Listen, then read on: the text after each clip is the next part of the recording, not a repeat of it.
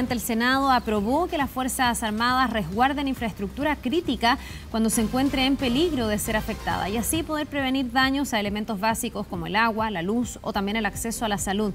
Vamos a conversar de este y otros temas. Estamos aquí en el estudio con el ministro de Defensa, Alberto Espina. Muchísimas gracias, ministro, por estar con nosotros y bienvenido. Muchas gracias, Carla. ¿Cómo está? Gusto saludarte. Bien, usted está bien contento por lo que ha pasado en el Senado, porque logró los votos suficientes para poder aprobar esto, pero vamos a tener que esperar a marzo para la votación en la Cámara de Diputados. He leído algunos opositores que todavía tienen dudas, que dicen que no es un buen proyecto, que deja demasiado a discrecionalidad del presidente de turno el cuándo se saca o no a militares a resguardar esta infraestructura crítica y que no estaría bien detallada cuál es esa infraestructura crítica. ¿Qué le contesta a ellos y para irle aclarando también a las personas que nos ven? Bueno, yo estoy contento porque creo que es un muy buen proyecto para Chile y para proteger los servicios básicos de utilidad pública en el caso de que sean objeto de ataques, como ocurrió lamentablemente en el mes de octubre, en donde sí sufrimos ataques muy importantes a infraestructura crítica de agua, luz, gas, y que gracias a Dios no logró suspenderse. Y todos los países avanzados del mundo tienen esta legislación, porque nosotros en Chile, para explicárselo bien a todos nuestros telespectadores, pasamos del estado de normalidad al estado de excepción y le entregamos a la Fuerza Armada el control del orden público. Lo que se establece aquí es una etapa intermedia, sin estado de excepción, sin limitación de los derechos de las personas, sino simplemente, como ocurre en Francia, España, Italia, Alemania, lo que hace el presidente de la República es que cuando existe un grave riesgo de que servicios de utilidad pública puedan ser destruidos, causando un efecto a veces devastador para la población, puedan las Fuerzas Armadas salir a custodiar exclusivamente esa infraestructura básica. Ya, y la gran diferencia es que no se restringen las libertades, que no hay en el fondo límites al desplazamiento, no están a cargo del orden público. Que sigue en Carabineros, con lo cual además libera a Carabineros de cumplir esa función. Para abocarse directamente al orden público. Ministro, ¿qué es infraestructura crítica? Porque aquí también algunos dicen no está demasiado detallado. ¿Es solo luz, agua, gas, comunicaciones? Esto se discutió en la Comisión de Constitución con senadores, los senadores Arboe, los senadores Huanchumilla, que han dedicado años a los temas de seguridad. Los senadores Alamán, los senadores Pérez, y fue aprobado por 27 senadores. Nosotros en el gobierno tenemos 18 senadores, por lo tanto hubo 10 senadores que decidieron, y yo los felicito, apoyar este proyecto. La infraestructura crítica está absoluta y totalmente definida.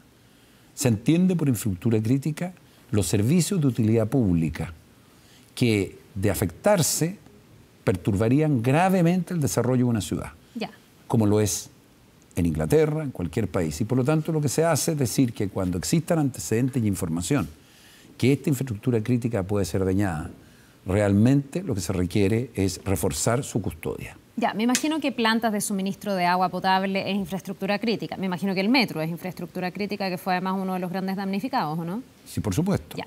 ¿Es un mall, por ejemplo, infraestructura crítica? Es un servicio de utilidad pública. Tú vas al mall y te regalan las cosas. Lo que pasa es que algunos ven ahí un riesgo de que el servicio de utilidad pública tenga una interpretación muy amplia. No va a pasar eso, por ejemplo, que un mall tenga una alerta de que puede haber ahí una manifestación, una funa, un problema y que se resguarde con militares. Quienes hacen esa crítica, curiosamente, caen en una profunda contradicción.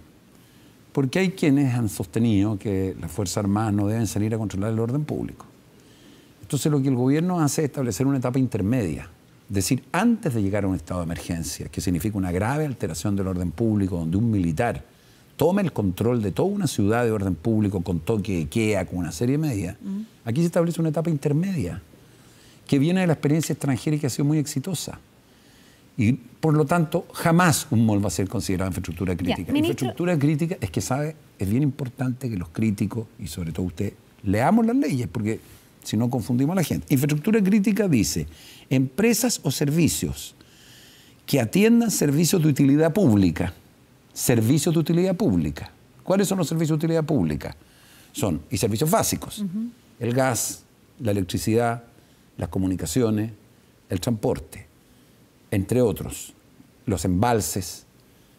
Eso el presidente de la República tiene que decir, miren, estos servicios están afectados con información fundada, decretarlo y posteriormente tiene que ir al Congreso a explicarle por qué y en qué condiciones se decretó. Ministro, si esto estuviera operando, por ejemplo, y la infraestructura crítica donde sí cabe el metro fuera lo que motivara la salida de militares a la calle, no sé, pensando en la Plaza Baquedano, por ejemplo, ahí tenemos metro, un metro que ha sido bien vandalizado, etcétera. ¿Cuál va a ser el tipo de relación de los efectivos militares con las personas? Porque también ahí se produce una posibilidad de tensión, que puedan llegar manifestantes porque lo vimos, a enfrentarse a militares, lo vimos dentro del estado de excepción que tuvimos. Los militares están facultados para reaccionar, ellos no pueden reaccionar de ninguna manera, tienen alguna facultad si es que su integridad está en peligro. Muchos dudan de cuál sería el relacionamiento en la calle. Tenemos que tomar una decisión como sociedad. ¿Nosotros vamos a permitir que se queme el metro entero de nuevo? ¿Vamos a permitir que se corte la luz del agua? Yo me imagino que la respuesta es no, pero mi pregunta es otra. No, esa es la hipótesis. Entonces la respuesta a esta hipótesis es que el Estado tiene la obligación de defender a esos servicios de utilidad, que no tienen nada que ver con las demandas sociales, que tienen otra causa, que dicen relación con el abuso, dicen relación con los privilegios, dicen relación con las desigualdades, y que se expresó pacíficamente en una marcha de más de 1 millón de personas, que a mí me correspondió ver desde el edificio de Centeno, frente a la Alameda, y por lo tanto me tocó verla. Entonces, las Fuerzas Armadas, si el presidente así lo estima, no en todas, sino en aquellas que considere que están más afectadas y que de seguir siendo afectadas causarían grave daño a la población, tienen todo un protocolo de uso de la fuerza, que va desde la disuasión, y lo hicieron exitosamente. ¿Usted no ve riesgo ahí en el relacionamiento con las personas cuando puede haber tensión? Es que el riesgo va a consistir dependiendo de algo que le puede pasar a usted. Las Fuerzas Armadas tienen las mismas normas de la legítima defensa que tiene usted en su casa o en la calle. Si hay una agresión ilegítima, actual o inminente, y usted utiliza métodos racionales para impedirlo o repelerlo, entonces la ley desde hace 100 años en Chile, 100 años, le permite a usted y a cualquier ciudadano y a la Fuerza Armada defenderse de esa agresión. No es algo nuevo, existe siempre, y eso se llama la legítima defensa consagrada en el artículo 10, número 4, 5 y 6 del Código Penal. Entonces las Fuerzas Armadas, que ya demostraron gran profesionalismo, estuvieron 9 días en el estado de emergencia, y después de 9 días, de más de 90.000 militares en la calle en todo Chile, de los cuales 10.000 eran mujeres, solo tuvimos que lamentar, y nos dolió, el fallecimiento de 2 personas, una en un accidente del tránsito y otra en una confrontación. Entonces, las Fuerzas Armadas han demostrado profesionalismo, preparación, capacidad para salir a defender lo que es su deber, que es la infraestructura crítica, porque lo voy a decir más, ¿sabe? Los servicios de utilidad pública son un tema además de seguridad nacional. Porque si nosotros destruimos el agua, el gas, las fuentes eléctricas, los embalses, está afectando usted la seguridad de la nación, está debilitando al Estado de Chile frente a cualquier agresión. Por lo tanto, esto se hace con prudencia, con tino, con criterio, pero tenemos que de una vez por todas tomar una decisión como país. Esta decisión la han tomado todos los países europeos y nadie ha tenido problema. Y es que frente a ataques de este tremendo daño, el Estado no puede quedar absolutamente abandonado, porque es su deber salir a proteger a los ciudadanos.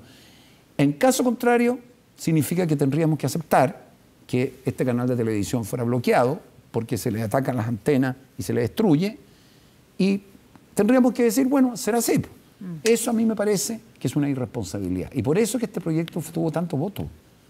Porque usted tiene que preguntarse por qué en un momento de criptación un proyecto de esta naturaleza consigue votos de todos los sectores políticos, del PPD, de la democracia cristiana y de la centroderecha. Es porque el proyecto tiene un fundamento que fue muy estudiado. Constitucionalistas como Patricio Zapata, que son demócratas cristianos, sí, lo estudiaron y lo vieron. Entonces, tomemos medidas con criterio. Y le voy a decir una última cosa. ¿Sabe usted quién recuerda las elecciones en Chile? Sí, los militares. Entonces los militares, ¿qué vamos a hacer? ¿Vamos a sacar a los militares? Entonces no haya militares en el recuerdo de la debería ser algo similar a lo que ocurre ahí. Ministro, vamos a ver entonces qué pasa en marzo, porque aquí la prueba ahora es que esto lo respalde la Cámara de Diputados, así que nos quedamos bien pendientes a eso. Yo espero que se apruebe, porque las buenas leyes, cuando uno dialoga con los parlamentarios, las conversa y sobre todo actúa con responsabilidad pensando en el deber de resguardar a nuestra patria, son aprobadas. Bien, pues ministro, muchas gracias por habernos acompañado. Gracias a ti. Que le vaya bien. Nos vemos.